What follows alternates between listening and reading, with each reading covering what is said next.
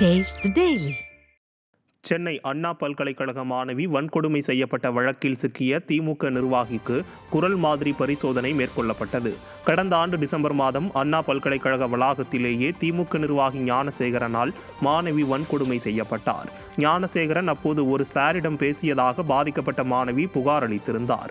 யார் அந்த சார் என எதிர்க்கட்சித் தலைவர் எடப்பாடி கே பழனிசாமி கேள்வி எழுப்பிய பிறகு இந்த வழக்கை விசாரிக்க உயர்நீதிமன்றம் சிறப்பு குழுவை அமைத்தது. இதனையடுத்து காவல்துறையினர் மற்றும் திமுக நிர்வாகிகள் பலருடன் ஞானசேகரன் பேசிய தொலைபேசி உரையாடலை புலனாய்வு குழு கைப்பற்றியது. இந்த நிலையில் நீதிமன்ற உத்தரவின் பேரில் காமுகன் ஞானசேகரன் பேசிய ஆடியோ ஆதாரங்களை உறுதி செய்ய சென்னை காமராஜர் சாலையில் உள்ள தடயவியல் துறை ஆய்வகத்தில் குரல் மாதிரி பரிசோதனை மேற்கொள்ளப்பட்டது. தமிழகத்தில் சைபர் குற்றங்கள் நாளுக்கு நாள் அதிகரித்து வருவதால் எப்போது யாரிடம் சிக்கி பணத்தை இழந்து விடுவோமோ என்ற பீதியில் பொதுமக்கள் ஆழ்ந்துள்ளனர். தமிழகத்தில் சைபர் குற்றங்கள் நாளுக்கு நாள் அதிகரித்து வருவதாக காவல்துறை புள்ளி விவரம் வெளியிட்டுள்ளது. அதன்படி தமிழகத்தில் நாள்தோறும் 750 பேர் சைபர் மோசடிகளும் 450 இணைய புகார்களும் பதிவாகின்றன.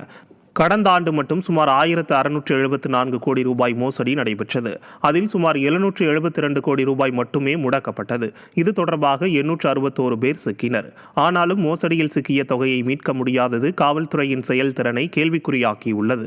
சைபர் குற்றங்கள் தொடர்பாக சுமார் 2 லட்சம் சிம் கார்டுகளும் 121 வாட்ஸ்அப் குழுக்களும் முடக்கப்பட்டதாக காவல்துறை தெரிவித்துள்ளது. இதை கண்ட பொதுமக்கள் காவல்துறை புள்ளி விவரங்களை மட்டும் வெளியிட்டால் போதுமா, மோசடிக்கான மூல காரணங்களை கண்டறிந்து தடுக்க வேண்டாமா என காட்டமாக கேள்வி எழுப்புகின்றனர். சென்னையில் லஞ்ச பணத்தை தராமல் இழுத்தடித்த காவலரை 3 ஆயுதப்படை காவலர்கள் தாக்கி காலை உடைத்த சம்பவம் பரபரப்பை ஏற்படுத்தியுள்ளது. தமிழக காவல்துறையில் ஆயுதப்படையில் பணியாற்றும் காவலர் ரங்கநாதன் பணிமாறுதல் பெறுவதற்காக ஆயுதப்படை காவலர்கள் ஆனந்த், மணிபாபு, சுந்தர்ராஜன் ஆகிய 3 காவலர்கள் லஞ்சம் கேட்டனர்.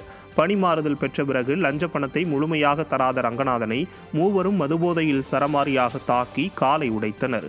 படுகாயமடைந்த காவலர் ஓமந்தூரார் அரசு மருத்துவமனையில் சிகிச்சைக்காக அனுமதிக்கப்பட்டார். இதையடுத்து புகாரின் பேரில் மூவரும் பணியிடை நீக்கம் செய்யப்பட்டனர்.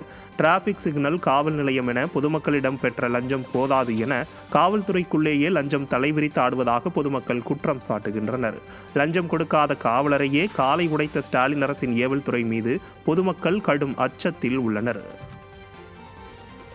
அமெரிக்காவிலிருந்து வெளியேற்றப்பட்ட இந்தியர்கள் கை கால் விலங்குகளுடன் விமானத்தில் ஏற்றப்படும் வீடியோவை அமெரிக்க எல்லைப்படை போலீசார் சமூக வலைதளத்தில் வெளியிட்டுள்ளனர். அமெரிக்காவில் சட்டவிரோதமாக குடியேறியவர்களை வெளியேற்ற அதிபர் டிரம்ப் அதிரடி உத்தரவு பிறப்பித்ததை தொடர்ந்து முதல் கட்டமாக 104 இந்தியர்கள் பஞ்சாப் மாநிலம் வந்தடைந்தனர். இதில் கை மற்றும் கால்களில் விலங்குகள் பூட்டப்பட்டு அழைத்து வரப்பட்டதாக இந்தியர்கள் தெரிவித்திருக்கின்றனர். இந்தியர்கள் கை கால்களில் விலங்கு பூட்டப்பட்டு விமானத்தில் ஏற்றப்படுவதை சட்டவிரோத வேற்றுகிரகவாசிகளை இந்தியாவிற்கு அனுப்பும் வெற்றிகர பயணம் என குறிப்பிட்டு இன்ஸ்டாகிராம் சமூக வலைதளத்தில் அமெரிக்க எல்லைப்படை போலீசார் வீடியோ வெளியிட்டது பரபரப்பாகியுள்ளது.